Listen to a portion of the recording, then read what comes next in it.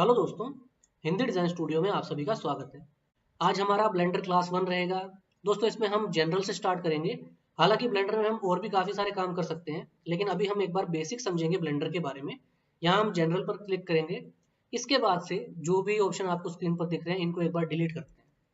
दोस्तों ये हमारा इंटरफेस है ब्लेंडर का। अब इसमें जो भी ऑप्शन आपको स्क्रीन पर दिख रहे हैं इन सभी को समझेंगे हम। सबसे पहले दोस्तों यहाँ आपको ऊपर जो ये मेन्यू बार मिलता है, फाइल, एडिट, रेंडर, विंडो और हेल्प, ये मेन मेन्यू बार रहेगा। इसके बाद में यहाँ कुछ ऑप्शंस हैं, इसमें हम अलग अलग तरह से काम कर सकते हैं। जैसा कि लेआउट में लेआउटिंग के लिए काम होगा। इसमें लेआउट ऑप्शन में और मॉडलिंग ऑप्शन में ज़्यादा डिफरेंस नहीं है। लेआउट में हमें यहाँ पर ये एनिमेशन के लिए टाइमलाइन मिलती है और मॉडलिंग में ये चीज़ यहाँ से हट जाती है। इसके अलावा कुछ और ऑप्शंस भी हैं जो हम इसमें काम करेंगे तो समझेंगे। हालांकि फिलहाल के लिए हम लेआउट से ही स्टार्ट करने वाले हैं, बेसिक समझते हुए। इसके बाद दोस्तों ये ऑप्शन हम धीरे धीरे जैसे समझेंगे, पहले बाकी ऑप्शंस को समझ लेते हैं। एक यहाँ पर फर्स्ट जो ये कॉर्नर में ऑप्शन हमें दिख रहा है एडिटर टाइप का, इस पर क्लिक करते हैं तो यहाँ ये कुछ ऐसे ऑप्शंस हैं जो हम अकॉर्डिंगली यूज कर सकते हैं। फिलहाल हम इसमें जैसे 3D व्यू पोर्ट पर करते हैं तो ये एज इट इज हमें यहाँ वापस ले आता है। इसके अलावा इसमें बाकी जो ऑप्शंस हैं, जिस भी ऑप्शन में हम काम करना चाहते हैं, अगर हमें यूवी एडिटर में काम करना है, हमें इमेज एडिटर में काम करना है, जिस भी तरह का जो भी काम करना है, वीडियो सिक्वेंसर है, उस इंटरफेस पर, उस स्क्रीन पर हमें ये ले जाएगा। तो इस तरह से हम जा सकते हैं या फिर हम यहाँ से डायरेक्ट 3D व्यू पोर्ट पर रह सकते हैं। सबसे पहला ऑप्शन ये था। इसके साथ में हमारा सेकंड ऑप्शन है ऑब्जेक्ट मोड। अब इसमें देखिए यहाँ पर ये जो ऑब्जेक्ट मोड है, अगर मान लीजिए कोई भी यहाँ मैं ऐड में जाकर एक क्यूब ऐड कर देता हूँ तो इसके बाद अब यहाँ पर देखिए हमें बाकी ऑप्शंस मिलते हैं एडिट के लिए। जैसे ऑब्जेक्ट मोड के बाद एडिट मोड है। ऑब्जेक्ट मोड में हमें ये कुछ ऑप्शंस मिल रहे हैं, लेकिन एडिट मोड में हमें इसको एडिट करने के लिए और भी ऑप्शंस मिल जाते हैं। ठीक है ना। तो इसमें ऑब्जेक्ट मोड के साथ एडिट मोड है। इसके बाद फिर ये जो आप देख रहे हैं स्कल्प्ट मोड, इसमें जैसा हमारा स्केचअप में आर्टिसन प्लगइन होता है जो हम ऑर्गेनिक मॉडलिंग के लिए यूज करते हैं, इसमें वो सभी ऑप्शंस हमें मिलते हैं पर्टिकुलर किसी चीज पर काम करने के लिए। ठीक है ना। तो ये सारा भी हम डिटेल में समझेंगे। इसके अलावा यहाँ पर इसमें वर्टेक्स पेंट का ऑप्शन है, साथ में वेट पेंट का ऑप्शन है और इसके साथ ही टेक्सचर पेंट का ऑप्शन है। तो ये सारे ऑप्शन हम एक एक करके समझेंगे ऑब्जेक्ट्स में। अभी के लिए हम इसको ऑब्जेक्ट मोड में ही रखेंगे, जस्ट हमारा बेसिक जो है, डिफॉल्ट जो है। इसके साथ में हमें यहाँ ऑप्शन मिलता है व्यू के लिए। दोस्तों व्यू में जो हमें इंटरफेस पर जो भी चीज़ें शो करनी है या हमने इसमें व्यू पोर्ट चेंज करना है तो वो हम यहाँ से चेंज कर सकते हैं। जैसे व्यू पॉइंट में कैमरा व्यू पॉइंट है, या फिर टॉप पे करते हैं हम टॉप पे आ गए। इसी तरह से व्यू में जाकर, व्यू पॉइंट में जाकर फ्रंट में आ गए, फ्रंट साइड आ गई।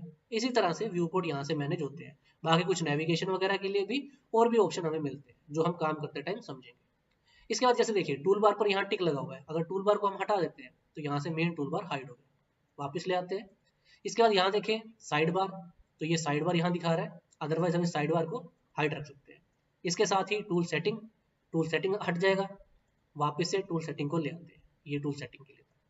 इसी तरह से बाकी कुछ ऑप्शंस भी हैं यहाँ पे जो हम इसमें व्यू टैब में हमें मिलते हैं। इसके बाद सेलेक्ट है, यहाँ पे सिलेक्शन के लिए काम आएगा। इसके बाद ऐड में जैसा आपको बताया, चीज़ें ऐड करने के लिए, भले ही हमें कैमरा ऐड करना हो, स्पीकर ऐड करना हो, लाइट ऐड करनी हो, कोई इमेज ऐड करनी हो, जो भी चीज़ें हमने ऐड करनी है या बेसिक हमारी मॉडलिंग, वो इसी के अंदर से चलेगी। इसके साथ में ऑब्जेक्ट है। अब यहाँ से देखिए जैसा कि ट्रांसफॉर्म है या मिरर है या जो भी चीज़ें ऑब्जेक्ट को एडिट करने के लिए, ऑब्जेक्ट को मूव करने के लिए, ऑब्जेक्ट की प्रॉपर्टी से रिलेटेड ऑप्शंस हमें यहाँ मिलते हैं।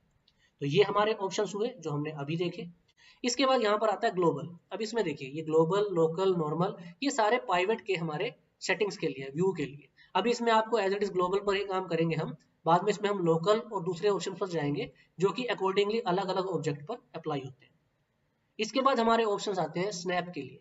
दोस्तों जैसे अभी के लिए अगर मुझे इसमें कोई लाइन लेनी है या मुझे इसको कहीं इसकी डायमेंशन चेक करनी है, सपोज यहाँ पर हमारे पास ये मेजर के लिए ऑप्शन है। अब मुझे इसका इस कॉर्नर से इस कॉर्नर तक चेक करना है तो यहाँ कोई ऑप्शन शो नहीं हो रहा, लेकिन अगर मैं यहाँ से स्नैप ऑन कर लेता हूँ तो ये देखिए ये यहाँ पर ये डॉट आने लग गया। एक क्लिक करके ड्रैग किया दूसरे कॉर्नर तक तो ये यहाँ पर 2.02964 मीटर, इस तरह से ये हमें स्नैप का काम करेगा ये चीज। ठीक है ना। स्नैप को यहाँ से हटा लेते हैं। यहाँ पर इसमें वर्टेक्स, एज, फेस, जैसा हम ऑटो कैड में या 3ds मैक्स में यूज करते हैं स्नैप टूल में, तो इसके स्नैप टूल हमें यहाँ मिल जाते हैं। इनको हम डिटेल में आने वाली क्लास में सीखेंगे। इसके बाद हमारे यहाँ कुछ ऑप्शंस हैं, जैसे इसमें ये देखिए ऑब्जेक्ट टाइप विजिबिलिटी के लिए। अब इसमें से मान लीजिए लेयर में हमें सिर्फ मैश रखना है तो बाकी चीज़ों को हम हाइड कर सकते हैं, या मैश को हाइड करना है तो मैश हाइड हो जाएगा, बाकी चीज़ें अवेलेबल रहेंगी। तो ये सब ऑप्शन यहाँ पे मिलेंगे हाइड अनहाइड के लिए। इसके साथ में हमारा ये ऑप्शन है नेविगेशन के लिए, ये भी अपना चीज़ों को ऑब्जेक्ट को नेविगेट करने में काम आएगा। इसके साथ ये भी कुछ सेटिंग्स हैं, इस पर हम अगली क्लास में डिटेल में समझेंगे। इसमें चीज़ों को सेट करना, स्केल सेट करना और बाकी चीज़ें टेक्स्ट वगैरह, मतलब हमारे इंटरफेस से रिलेटेड रहेगा। इसके साथ ये कुछ ऑप्शन आते हैं हमारे व्यू पोर्ट के लिए। जैसे मान लीजिए फर्स्ट ऑप्शन पर क्लिक किया तो ये हमारा इसको एक्सरे मोड में दिखाएगा। इसके बाद ये सर्कल में जो भी ऑप्शन है, सर्कल में फर्स्ट ऑप्शन पर क्लिक करते ही ये 2D हो गया। इसके साथ में ये शेडिड हो गया।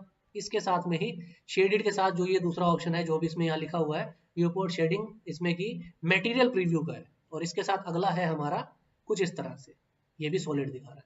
तो बेसिकली हम इसमें शेडिड रख सकते हैं या शेडिड विद मटेरियल, जैसा स्केचअप में होता है, ठीक है ना। तो शेडिड वाले पे रखते हैं फिलहाल के लिए और एक्सरे मोड को ऑफ कर देते हैं। अब इस तरह से हमने ये ऑप्शन समझे। इसके बाद यहाँ ऑप्शन में आप देख सकते हैं ये जो कुछ ऑप्शन है ओरिजिन वगैरह और लोकेशन, अभी जरूरत नहीं है, आने वाले टाइम में इनकी जरूरत पड़ेगी। इसके बाद यहाँ अगर चले, जैसे यहाँ ये सीन दिखा रहा है, अब ये सीन हमारा एक पर्टिकुलर फाइल की बात है। अगर मैं यहाँ पर क्लिक करके एक न्यू सीन क्रिएट करता हूँ तो पिछली चीजें हट जाएंगी और यहाँ पर एक नया सीन क्रिएट हो जाएगा, ठीक है ना। तो यहाँ से इसको अंडू कर लेते हैं, फिलहाल हमारा same scene as it is रहेगा। इसके साथ में यहाँ आप देख सकते हैं व्यू लेयर। अब ये जो व्यू लेयर आप देख रहे हैं, यहाँ पर आप नई लेयर क्रिएट कर सकते हैं। यहाँ ये जो ऑप्शन दिख रहे हैं ये ऑप्शन एडिटिंग में काम आते हैं। अगर मैं यहाँ पर एक नई लेयर लेता हूँ तो ये देखिए बाय डिफॉल्ट लेयर ऐसी आती है। इसके नीचे जो ऑप्शन थे वो अलग से हमारे 3D मॉडलिंग वगैरह के लिए दिए जाते हैं। इसको भी अंडू कर लेते हैं। तो ये हमारा व्यू लेयर और इसका ऑप्शन था। इसके अलावा यहाँ पर आपको ये आइकन फिर से मिलता है जैसा आइकन यहाँ था। ये सभी ऑप्शन हमें यहाँ पर दोबारा से मिलते हैं। इसमें भी आप अपना एडिटर वगैरह देख सकते हैं, ठीक है ना। इसके बाद हमारा नेक्स्ट ऑप्शन जो है, यहाँ पर सीन पर करेंगे तो यहाँ पर सीन से रिलेटेड प्रॉपर्टीज दिखाएगा। इसके अलावा व्यू लेयर पर ये रहता है जिसमें कि जैसे क्यूब बनाया तो क्यूब की प्रॉपर्टीज आ गई। अगर यहाँ से मैं इसमें कोई स्फीयर ले लेता हूँ तो स्फीयर बनाने के बाद वो इस तरह से उसकी भी प्रॉपर्टीज यहाँ पर दिखाएगा, ये उनके नाम आते जाएंगे, ठीक है ना। तो यहाँ पर ये था व्यू लेयर। इसके बाद वीडियो सीक्वेंसर है या ब्लेंडर फाइल है, डाटा एपीआई, ये सारे ऑप्शंस रहेंगे। अकॉर्डिंगली हम इनको यूज कर सकते हैं, वो चीज यहाँ पर दिखाई देगी। अब यहाँ पर वीडियो की कोई टाइमलाइन नहीं है इसलिए कुछ भी शो नहीं हो रहा, अदरवाइज यहाँ पर वीडियो की टाइमलाइन और वीडियो की प्रॉपर्टीज शो होती है। इसको हम व्यू लेयर पर ही रखेंगे कुछ इस तरह से। अब इसके बाद आगे चलेंगे, यहाँ सर्च में जो भी हमें सर्च करना है, जैसे मान लीजिए यहाँ पर मैं अभी क्यूब के लिए सर्च करता हूँ तो ये क्यूब आ गया। जो भी हम मॉडल करते टाइम ऑब्जेक्ट्स यूज करेंगे, अगर ज्यादा ऑब्जेक्ट्स हो गए तो उनको हम सर्च भी कर सकते हैं बाय नेम, तो ये रहेगा। इसके साथ में एक ऑप्शन है जो कि हमें ये भी मॉडलिंग में काम आएगा, लेयर्स में चीजों को रिस्ट्रिक्टेड करने के लिए। कुछ चीजें कई बार हमें लॉक करनी होती हैं या फ्रीज करनी होती हैं, तब ये ऑप्शन काम आता है, इसको भी छोड़ देंगे।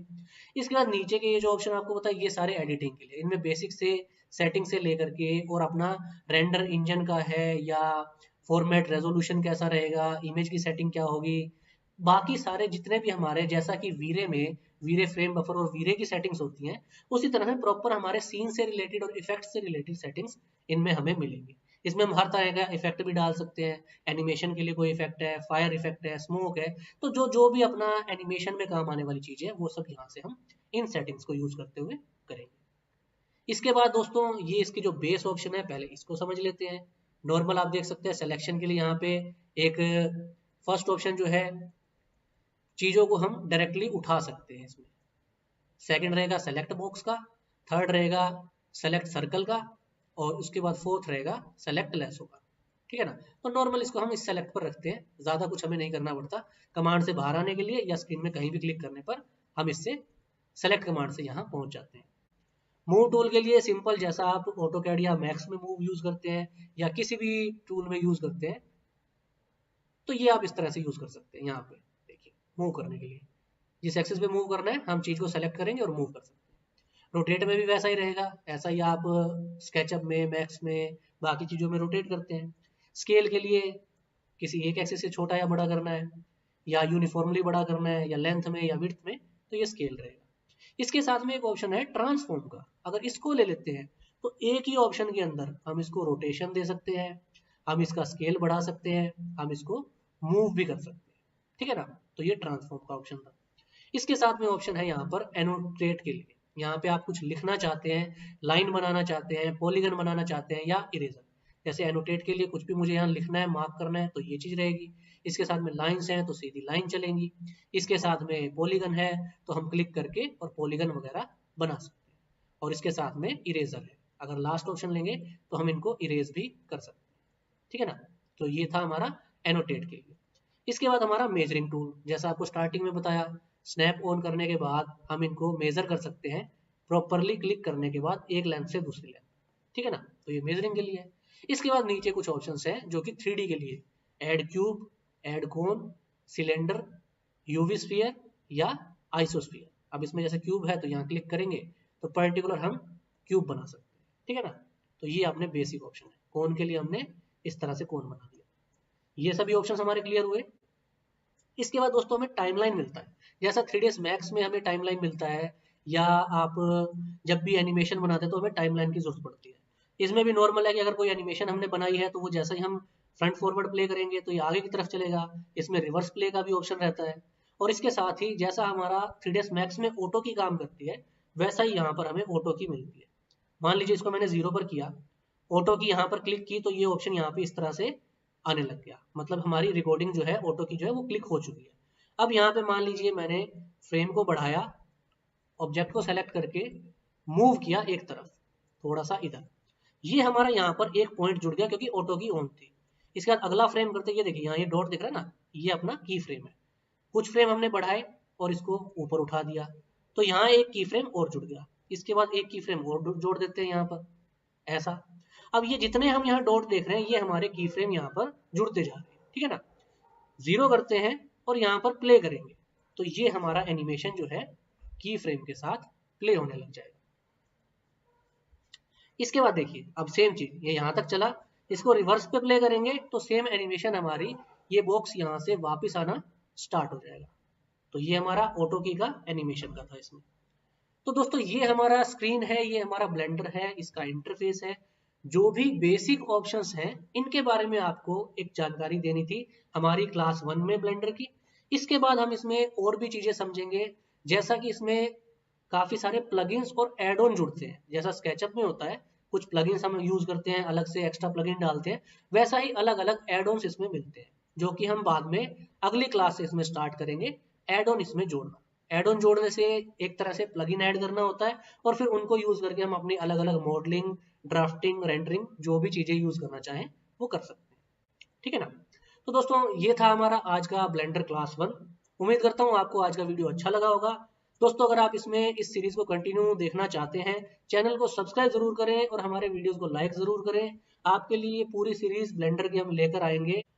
आज की वीडियो में बस इतना ही। अगर वीडियो अच्छा लगा तो वीडियो को लाइक जरूर करें, अपने दोस्तों के साथ शेयर करें और जो भी हमारे नए व्यूअर्स हैं वो चैनल को सब्सक्राइब जरूर करें ताकि मेरे आने वाले सभी वीडियोस की नोटिफिकेशन आपको मिलती रहे। आपसे मिलेंगे अगले वीडियो में, तब तक के लिए अपना ध्यान रखें, खुश रहें। Thank you so much friends.